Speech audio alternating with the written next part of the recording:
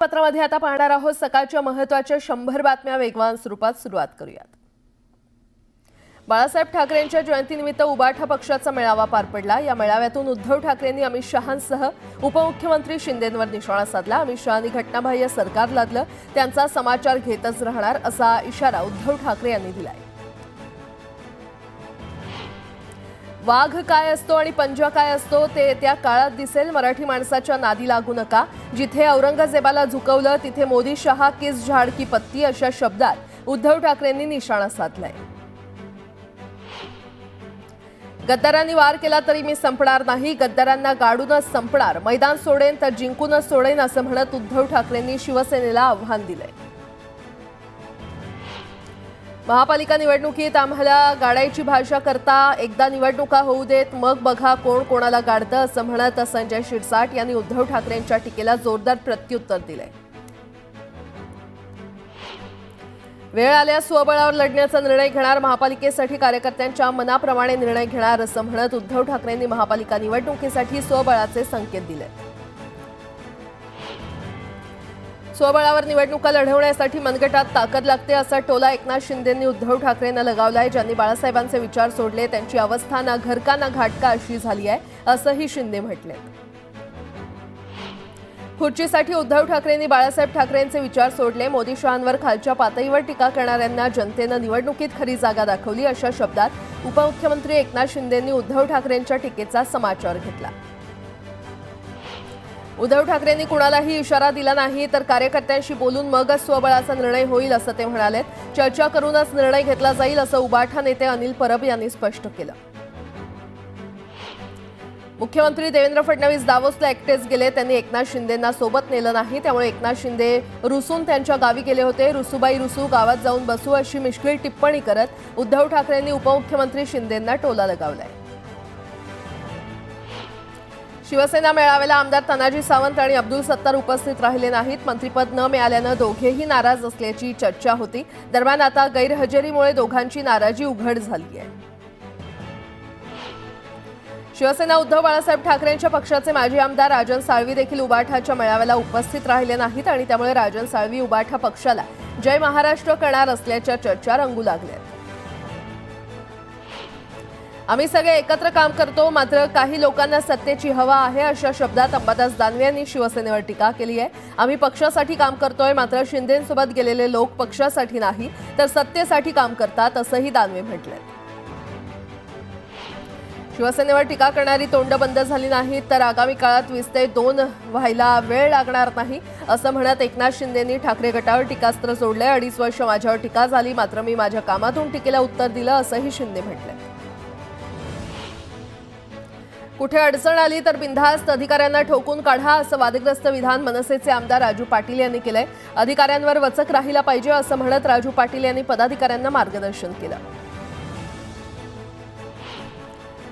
ठाकरे गटातील काही खासदार शिंदेंच्या शिवसेनेच्या संपर्कात असल्याची चर्चा आहे। दरम्यान जे बाजारू लोक आहेत ते जातील, याआधी पण अनेक गेले पण शिवसेना वाढत राहिली अशी प्रतिक्रिया माजी खासदार विनायक राऊत यांनी दिली आहे। नाशिकचं पालकमंत्रीपद घोषित करून मग स्थगित का केलं हे मला माहीत नाही अशी प्रतिक्रिया छगन भुजबळ यांनी दिली आहे। दरम्यान जो कोणी असेल तो जिल्ह्याचं कल्याण करणारा असावा अशीही आशा त्यांनी व्यक्त केली आहे। इंदापूर तालुक्यातील बारामती लोकसभा मतदारसंघाच्या खासदार सुप्रिया सुळे यांनी विविध विकास कामांचं भूमिपूजन केलं, मात्र या कार्यक्रमांना एकही शासकीय अधिकारी उपस्थित न राहिल्यानं सुप्रिया सुळेंनी पोस्ट करत नाराजी व्यक्त केली। महापालिकेनं बॅनर काढल्यानंतरही सोलापुरात पालकमंत्री जयकुमार गोरे यांचे पुन्हा एकदा बॅनर लावण्यात आलेले आहेत तर 7 रस्ता परिसरात रेस्ट हाऊस समोर बॅनरबाजी करण्यात आली आहे। पुन्हा एकदा बातम्या वेगवान स्वरूपात। दावोसमध्ये महाराष्ट्रासाठी 61 सामंजस्य करार केल्याची माहिती मुख्यमंत्री देवेंद्र फडणवीस यांनी दिली आहे। महाराष्ट्रात 15,70,000 कोटींची गुंतवणूक येणार असून 16 लाख रोजगाराच्या संधी उपलब्ध होणार आहेत। दावोसमधील गुंतवणुकीसंदर्भात काहींनी ट्विट केलं पण मी त्यांना उत्तर द्यायला जाणार नाही असं उत्तर फडणवीसांनी टीकाकारांना दिलंय। तर मन की जलन का इलाज नहीं हो सकता असं म्हणत त्यांनी टीकाकारांना खोचक टोला लगावलाय। एक देश एक निवडणुकीशी संबंधित 2 विधेयकांवर चर्चा करण्यासाठी नेमण्यात आलेल्या संयुक्त संसदीय समितीची दुसरी बैठक 31 जानेवारीला होणार आहे। नवी दिल्लीतील संसद एनएक्सी भवनच्या मुख्य समिती कक्षात दुपारी 3 वाजता ही बैठक होणार आहे। महायुतीतील भाजपच्या मंत्र्यांचे पीए हे थेट संघाचे कार्यकर्ते असणार आहेत। भाजपच्या मंत्र्यांचे सर्व पीए हे थेट संघाच्या मुशीत घडलेले असतील, त्यामुळे संघ आणि भाजपमध्ये देखील योग्य समन्वय साधता येईल असा निर्णय बैठकीत घेण्यात आलाय।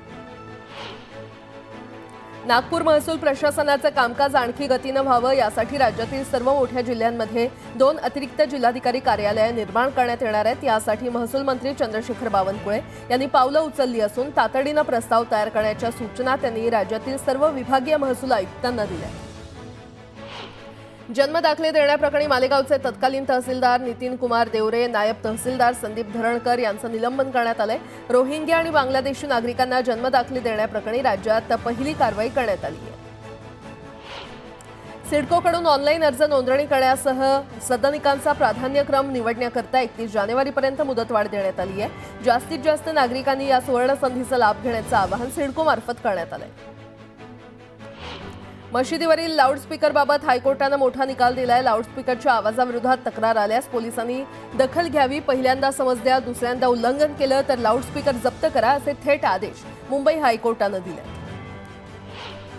छत्रपती संभाजीनगरमध्ये एका माथेफिरूनं डॉक्टर बाबासाहेब आंबेडकरांच्या नामफलकावर दगड फेकला। ही घटना घडताच पोलिसांनी तात्काळ घटनास्थळी पोहोचत तणावपूर्ण परिस्थिती नियंत्रणात आणली। छत्तीसगडमध्ये माओवाद्यांचा भूसुरुंग उडवून देण्याचा डाव सुरक्षा दलानं उधळलाय। बासागुडच्या पुलाखाली माओवाद्यांनी 50 किलो वजनाचा आयडी पेरून ठेवला होता, मात्र जवानांच्या सतर्कतेमुळे मोठा अनर्थ टळला। क्रीडा मंत्री दत्तात्रय भरणे व्हॉलीबॉल खेळत असताना त्यांचा तोल गेला आणि ते जमिनीवर कोसळले। लोखंडी रॉडवर डोकं आपटण्याआधीच सावरल्यानं भरणे थोडक्यात बचावले, त्यामुळे मोठी दुर्घटना टळली।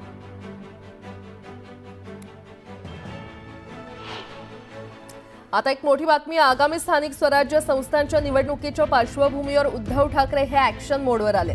मुंबई महापालिकेसाठी उद्धव ठाकरेंनी आधीच आपल्या शिलेदारांना कामाला लावलंय। आता राज्यातील सर्व जिल्हाप्रमुखांची आज मुंबईत बैठक बोलावण्यात आली आहे आणि मुंबईतील शिवसेना भवनात ही बैठक होणार आहे। यावेळी उद्धव ठाकरे हे पदाधिकारी आणि कार्यकर्त्यांनाही मार्गदर्शन करणार आहेत, त्यामुळे या बैठकीकडे सगळ्यांचं लक्ष लागलंय।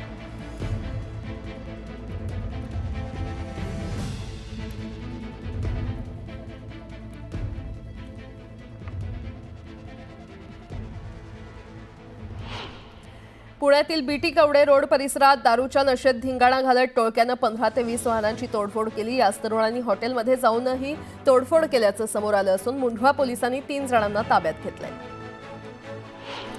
नवी मुंबईच्या नेरूळमधील रयान इंटरनॅशनल शाळेला मेलद्वारे बॉम्ब न उडवण्याची धमकी देण्यात आली आहे। नवी मुंबई पोलिसांच्या श्वान पथकानं शाळेची पाहणी केली, मात्र शाळेमध्ये कोणतीही संशयित वस्तू आढळून आली नाही।